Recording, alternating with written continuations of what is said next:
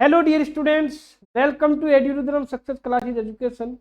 आज जो मैं वीडियो लेकर आया हूं आपके लिए उन स्टूडेंट्स के लिए लेकर आया हूं जो सेशन 2024 और 2025 यानी जो सेशन चलेगा इसमें जो बीटेक में एडमिशन लेने के इंटरेस्टेड है, जो नए स्टूडेंट्स हमारे साथ जुड़ रहे हैं, हमारी फैमिली के साथ जुड़ रहे हैं, उनके लिए ये वीडियो लेकर आए।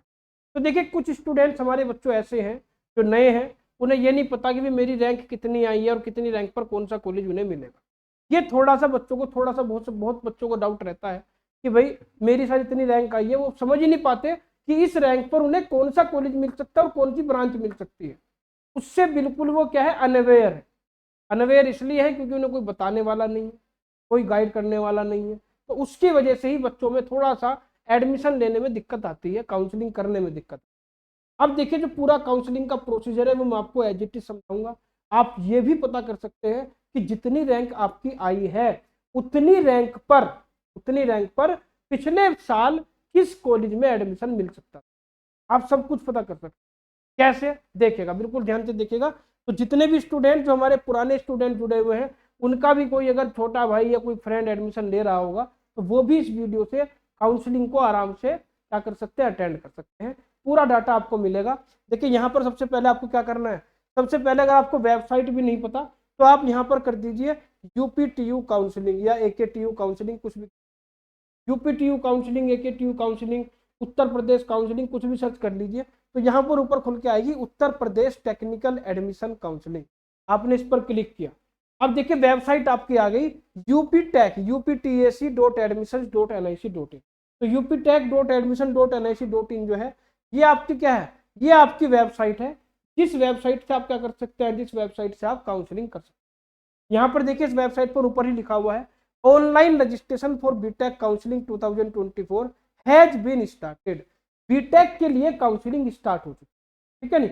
अब बीटेक में भी बहुत सारी ब्रांच होती हैं। देखिए, अगर मैं आपको थोड़ा सा नीचे लेके चलूं, यहाँ पर देखिए आपको नजर आ रहा होगा बच्चों, ये देखिए यहाँ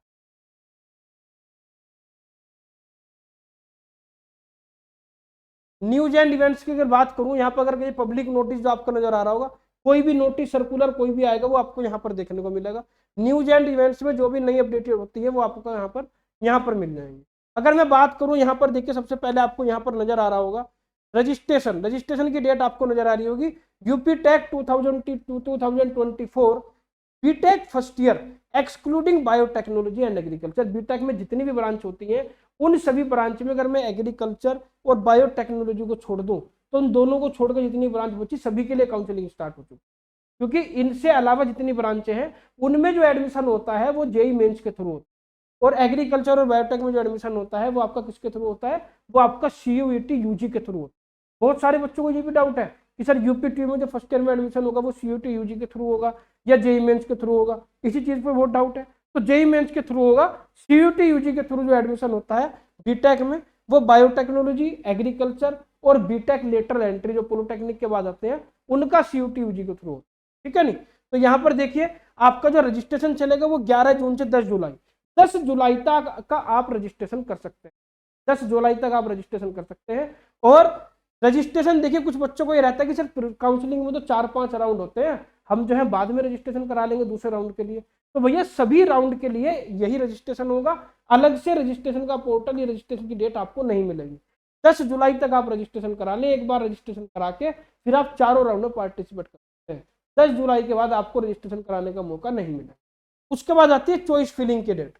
तो चॉइस फिलिंग की अगर बात करूं तो 17 जुलाई से 21 जुलाई तक 17 जुलाई से 21 जुलाई तक आपका फर्स्ट राउंड स्टार्ट हो जाएगा और आप चॉइस फिलिंग स्टार्ट कर देंगे। आपको जो भी कॉलेज लेना है, वो ब्रांच लेनी है, उसकी चॉइस आप फिल कर सकते हैं। अभी पूरा शेड्यूल नहीं आया, जैसे ही पूरा शेड्यूल काउंसलिंग का आएगा उस दिन मैं आपको एक वीडियो और प्रोवाइड कराऊंगा जिसमें आपको पूरे शेड्यूल के बारे में समझा।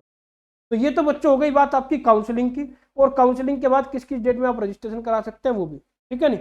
इसके बाद बात करते हैं, देखिए रजिस्ट्रेशन कैसे कराएं, कहाँ से आपको लिंक मिलेगा। ये देखिए यहाँ पर आपको 5 कॉलम नजर आ रहे होंगे, 5 बॉक्स बने हुए हैं। अगर आप यूपीटेक बीटेक काउंसलिंग कर रहे हैं तो आप इस बॉक्स में काम करेंगे, इस बॉक्स पर क्लिक करेंगे। आप CUET यूजी की काउंसलिंग होती है एग्रीकल्चर, बायोटेक्नोलॉजी और लेटरल एंट्री के लिए। आप इसमें एडमिशन देना चाहते हैं तो इस बॉक्स से आपकी काउंसलिंग होगी। आप यूपीटेक बी आर्क के लिए एग्जाम देने होता है नाटा का, NAT है, तो नाटा का एग्जाम अगर आपने दिया, बीआर्क में एडमिशन लेना चाहते हैं तो इस बॉक्स से आपकी काउंसलिंग होगी। आपने सीयूईटी पीजी का एग्जाम दिया है तो एमबी एमसी में एडमिशन लेना चाहते हैं तो यहाँ से काउंसलिंग होगी। और फार्मेसी के लिए आपने एग्जाम दिया है सीयूटी यूजी का तो उसकी काउंसलिंग आपकी यहाँ होगी। फार्मेसी की काउंसलिंग अलग चलती है, ठीक है।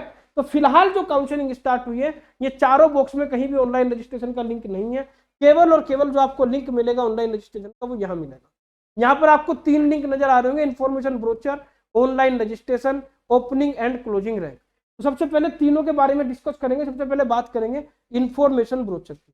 तो इन्फॉर्मेशन ब्रोचर की अगर मैं बात करूं, यहाँ पर आप देखिएगा, अगर मैं इन्फॉर्मेशन ब्रोचर पर यहाँ पर क्लिक करता हूँ तो ये पूरा का पूरा आपको खुल जाएगा, पूरी बुकलेट है। इस बुकलेट में पूरी की पूरी डिटेल मिलेगी आपको।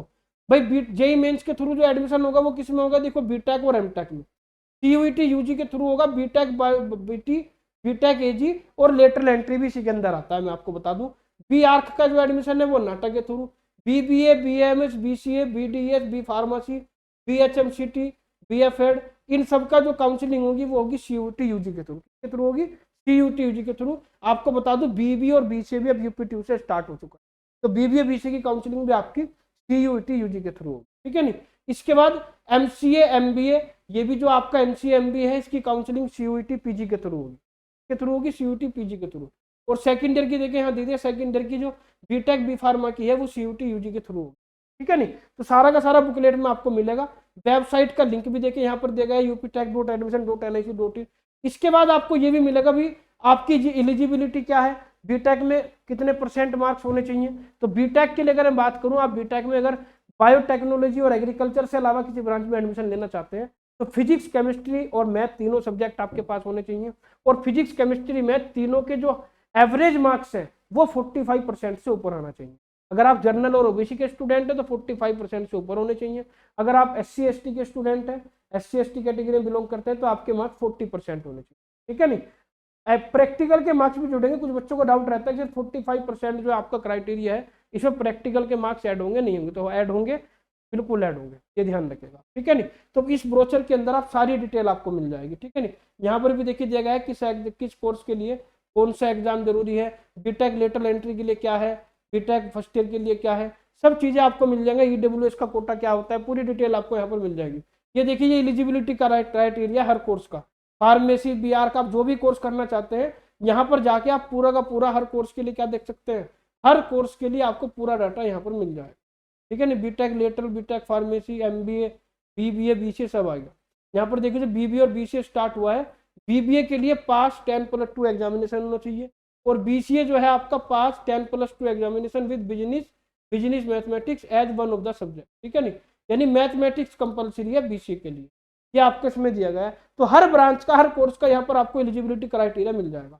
तो बुकलेट में आपको डीपली नॉलेज लेनी है तो बुकलेट पढ़िएगा, बुकलेट पढ़ के आपको पूरी की पूरी जिस कोर्स के बारे में जानना चाहते हैं उसकी नॉलेज आपको हो जाएगी। अब बुकलेट के बाद में बात करूंगा ओपनिंग एंड क्लोजिंग रैंक की। अगर आप ये जानना चाहते हैं कि भाई मान लिया आपका मन है कि भाई मुझे इस कॉलेज में एडमिशन लेना है, तो उस कॉलेज में एडमिशन लेने के लिए आपको चेक करना पड़ेगा कि उस कॉलेज में कितनी रैंक तक एडमिशन पिछले साल हुआ था। जैसे देखिए थोड़ा समय लगेगा इसे ओपन होने में, ठीक है नहीं। आपको जो है रैंक के बारे में बता दूं, आपको जो रैंक कार्ड आया होगा जेईई मेंस का, उसमें अगर आप जनरल कैटेगरी के हैं तो आपकी 1 रैंक आई होगी, अगर आप ओबीसी या एससी कैटेगरी के हैं तो 2 रैंक आई होगी, जनरल रैंक अलग, एससी रैंक अलग। और अगर आप ओबीसी और एससी में भी गर्ल्स कैंडिडेट है तो वहां 3 रैंक आपकी आई होगी, गर्ल्स ओबीसी गर्ल्स अलग या एससी गर्ल्स अलग आई होगी, एससी की मेन रैंक अलग आई, जनरल रैंक अलग आई होगी। तो तीनों रैंक अलग अलग आती है, अलग अलग कोटे हर तरह से फिल किए जाते हैं। जैसे यहाँ पर देखिए लिखा है यूपीटेक बीटेक काउंसलिंग 2023 में मान लिया आप देख रहे हैं राउंड नंबर 1, राउंड नंबर 1 में अगर आप कोई भी कॉलेज ले लें, जैसे आपका ये कॉलेज है एबीएस इंजीनियरिंग कॉलेज गाजियाबाद, आपने ये ले लिया, तो एबीएस इंजीनियरिंग कॉलेज गाजियाबाद में आपने प्रोग्राम सेलेक्ट किया, किस ब्रांच में लेना चाहते हैं, कंप्यूटर साइंस में, तो आपने कंप्यूटर साइंस एंड इंजीनियरिंग वहां पर फिल करेंगे, ठीक है नहीं। आप एबीएस गाजियाबाद में चेक कर रहे हैं कि किस रैंक तक एडमिशन मिला और आपने यहाँ computer science and engineering choose किया। चूज करने के बाद आपकी कैटेगरी क्या है, वो कैटेगरी भी मांगेगा। भाई आपकी मान लिया ओबीसी में है गर्ल्स, आपकी कैटेगरी ओबीसी में गर्ल्स रैंक भी आपकी आ रही है, तो आप यहाँ पर जाएंगे, देखिए बीसी गर्ल्स लिखा हुआ है, तो बीसी गर्ल्स पे सिलेक्ट करेंगे। बीसी गर्ल्स पे सिलेक्ट करते ही यहाँ आपको पता चल जाएगा कि बीसी गर्ल्स में जो आपकी रैंक है उस रैंक में कितनी रैंक पर आपको एडमिशन यहाँ पर पिछले साल हुआ था। तो आप नीचे जाएंगे, देखिए तो बीसी गर्ल्स की अगर मैं बात करूं तो एबीएस इंजीनियरिंग कॉलेज में कंप्यूटर साइंस इंजीनियरिंग में बीसी गर्ल्स में जो एडमिशन स्टार्ट हुआ था वो आपका स्टार्ट हुआ था भाई 1,73,9,502 से, और एडमिशन फिनिश हो गए थे आपके 2,20,2,20,000 रैंक तक आपको यहाँ पर एडमिशन मिल सकते थे। ओबीसी गर्ल्स की बात बता रहा हूँ फर्स्ट राउंड की। अगर मैं यहीं पर राउंड जो है, क्योंकि आपकी कुछ सीटें बची रहती हैं, मैं यहाँ पर आ जाऊँ राउंड 4 पर, आपने यहाँ पर लिया राउंड 4, और राउंड 4 के बाद कैटेगरी लिया आपने यहाँ पर ओपन कैटेगरी ले ली, ओपन गर्ल, या ओपन गर्ल भी आती है या ओपन ले लेते हैं। तो अब आपका डाटा यहाँ पर आपको मिलेगा राउंड 4 में एबीएस में कंप्यूटर साइंस में ओपन रैंक में कितनी रैंक तक एडमिशन हुआ था, ठीक है नहीं। तो देखिए ये यहाँ पर खुल के तैयार हो गया बच्चों।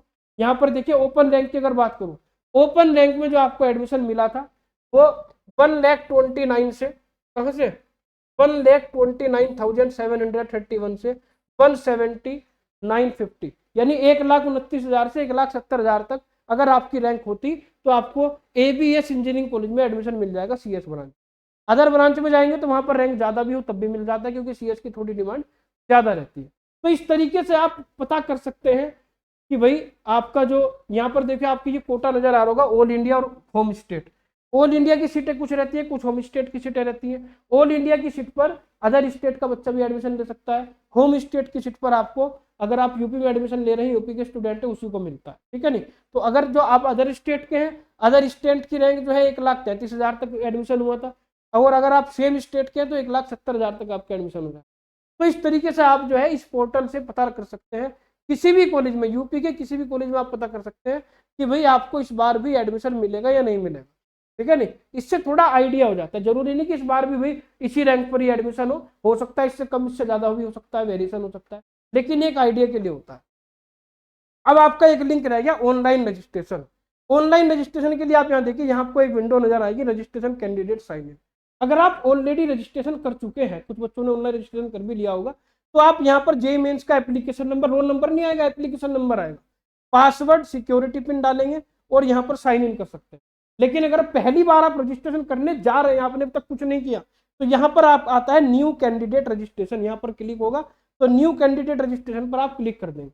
जैसे न्यू कैंडिडेट रजिस्ट्रेशन पर क्लिक करेंगे तो कुछ टर्म कंडीशन आपको मिलेगी, प्लीज रीड केयरफुल्ली, आप इन्हें केयरफुल्ली पढ़ लीजिए। यहाँ पर आपको पूरा का पूरा वो बताएगा कि भाई आपको जो है जो फोटो अपलोड करना है या जो आपको डॉक्यूमेंट अपलोड करने हैं वो कितने केबी में अपलोड करने हैं, आपको कैसे डॉक्यूमेंट, देखो डॉक्यूमेंट की अगर मैं बात करूँ, आपके साइन सिग्नेचर जो है सॉफ्ट कॉपी में वो अपलोड होंगे, फोटो अपलोड होगा आपका, साथ ही साथ जो है आपका जो है 10th की मार्कशीट, 12th की मार्कशीट जमा अपलोड होगी, आपका जो है जेईई मेंस का एडमिट कार्ड और जेईई मेंस का रैंक कार्ड, ये अपडेट होंगे, अपलोड होंगे, ये भी आपके वो, ठीक है नहीं। उसके बाद आपका जो 10th 12th की मार्कशीट हो गई, आपका जेईई मेंस का रैंक कार्ड और आपका क्या हो गया, एडमिट कार्ड हो गया, ये चीज आपके पास होनी चाहिए, आपका फोटो होना चाहिए, सिग्नेचर होने चाहिए आपके, ये 6 की 6 चीजें अपलोड होंगी। अगर आप जर्नल कैटेगरी से हैं तो कास्ट सर्टिफिकेट आपका नहीं लगेगा, आप ओबीसी कैटेगरी से हैं, एससी कैटेगरी से हैं, या विकलांग कोटा है, स्पोर्ट कोटा है, अगर आप कोई भी कोटा के अप्लाई करेंगे तो उसके लिए आपको सर्टिफिकेट लगाना पड़ेगा। और ये ध्यान रखिएगा, अगर आप एससी कैटेगरी विकलांग कोटे से हैं तो उसके लिए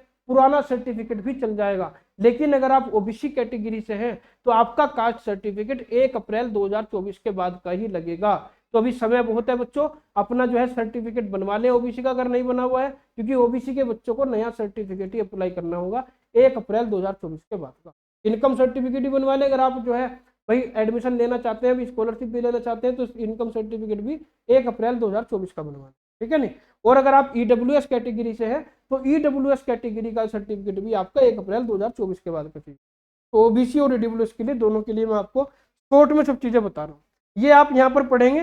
पढ़ने के बाद आप लिखेंगे आई एग्री, आई एग्री के बाद ये पेपर खुल जाएगा आपका।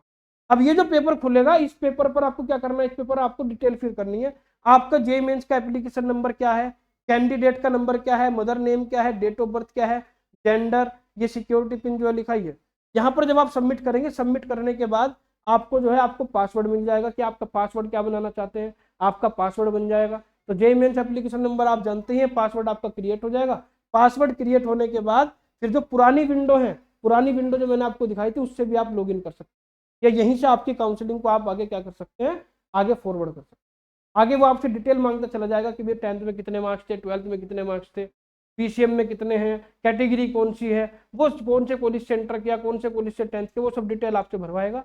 वो चीज़ें आप भरते रहे, जहाँ डॉक्यूमेंट अपलोड हो वो डॉक्यूमेंट अपलोड करते रहे। उसके बाद सब कुछ काम करने के बाद सिर्फ आपका रजिस्ट्रेशन कंप्लीट हो जाएगा और आपको एक फॉर्म प्रिंट हो जाएगा कि आपका रजिस्ट्रेशन कंप्लीट हो। 10 जुलाई तक आपको इतना ही काम करना है। 10 जुलाई के बाद जब रजिस्ट्रेशन हो जाएगा फिर आपका चॉइस फिलिंग का काम शुरू। तो बच्चों, काउंसलिंग से रिलेटेड आप जितने भी बच्चे हैं जो काउंसलिंग करना चाह रहे हैं, किसी को भी कोई प्रॉब्लम होगी तो हमसे आप कॉन्टैक्ट कर सकते हैं। कोई भी आपको दिक्कत हो, किसी भी तरह की समस्या हो, आप हमसे कॉन्टैक्ट कीजिएगा। मैं आपको अपना नंबर देके यहाँ पर नोट करा देता हूँ, आप नंबर नोट कर लीजिए। किसी भी तरीके की कोई भी दिक्कत हो आपको, आप इस नंबर पर व्हाट्सअप कर सकते हैं, कॉल कर सकते हैं। आपको फ्री ऑफ कॉस्ट में आपको कोई भी आपको हेल्प चाहिए कि फ्री ऑफ कॉस्ट 24 घंटे आपके लिए अवेलेबल, ठीक है नहीं। क्योंकि हमारा मोटिव यही है कि भी जो बच्चे अनअवेयर है, जिन्हें कोई गाइड नहीं कर सकता, उनके लिए हम थोड़ा सा यहाँ पर भी ये ध्यान रखें कि वो अच्छे कॉलेज में उन्हें एडमिशन मिल जाए, उन्हें हम गाइड कर सकें, ठीक है नहीं भाई। अगर हमारी वजह से 4-5 बच्चों को भी हमने क्या किया, 4-5 बच्चों को भी हमने यहाँ पर गाइड कर दिया, तो क्या होगा, तो आपको जो है कुछ ना कुछ भैया भविष्य आपको उज्जवल हो जाए। तो भैया ध्यान रखें, किसी भी समस्या के लिए आप कॉन्टैक्ट करें हमसे काउंसलिंग के लिए। अवेयर रहें, ठीक है नहीं। मोबाइल जो है आपको अच्छे से यूज करना चाहिए, उससे पढ़ें, मोबाइल से बहुत सब कुछ मिल जाएगा आपका, जैसे मैंने आपको बताया पूरी काउंसलिंग की डिटेल मैंने आपको समझा दी। इसके बाद भी आपको कोई समस्या आप हमसे कॉन्टैक्ट कीजिएगा। तो बच्चों, आज के लिए इतना ही, और कोई भी समस्या आपको काउंसलिंग से रिलेटेड हो आप कॉन्टैक्ट कीजिएगा। Thank you.